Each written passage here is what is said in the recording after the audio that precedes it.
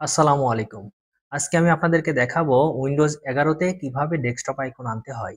তো Windows 11 তে desktop icon আনার জন্য আমাদের যে মনিটরটি থাকবে, মনিটরের উপর আমরা মাউসের রাইট বাটন ক্লিক করব।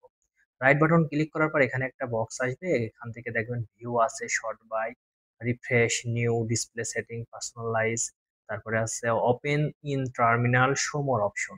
আমরা এখান থেকে ২ ভাবে করতে পারবো। পার্সোনালাইজ থেকে করতে পারবো, শো মোর অপশন থেকে করতে পারবো। তো আমি শো মোর অপশন থেকে দেখাই। শো মোর অপশনে ক্লিক করে দেব। শো মোর অপশনে ক্লিক করার পর এখানে আরেকটা টার্মিনাল বক্স চলে আসবে। এখান থেকে আমরা সর্বনিচে চলে যাব।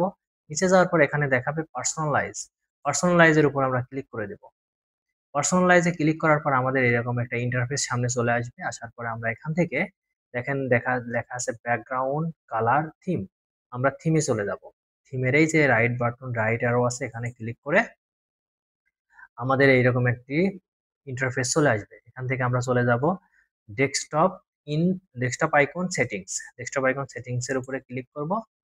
ক্লিক করার পর এখানে দেখেন ডেস্কটপ আইকন আমার অলরেডি সেটিং করা আছে। সেটিং করা আছে বলে এখানে টিক মার্ক দেওয়া আছে। যদি আমি এখান থেকে টিক মার্ক তুলে দিই, তাহলে আমার এখান থেকে ডেস্কটপ আইকন চলে যাবে। এপ্লাই ওকে করলে ডেস্কটপ আইকন চলে যাবে।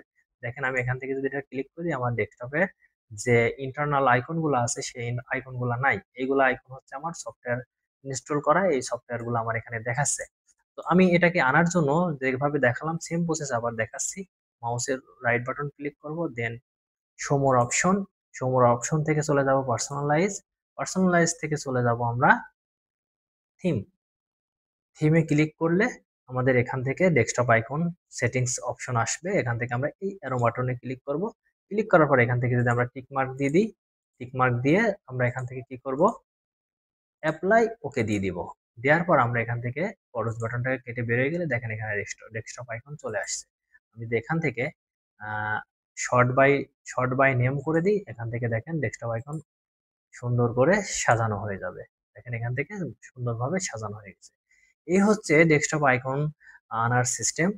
তো আমার ভিডিওটি যদি ভালো লাগে তাহলে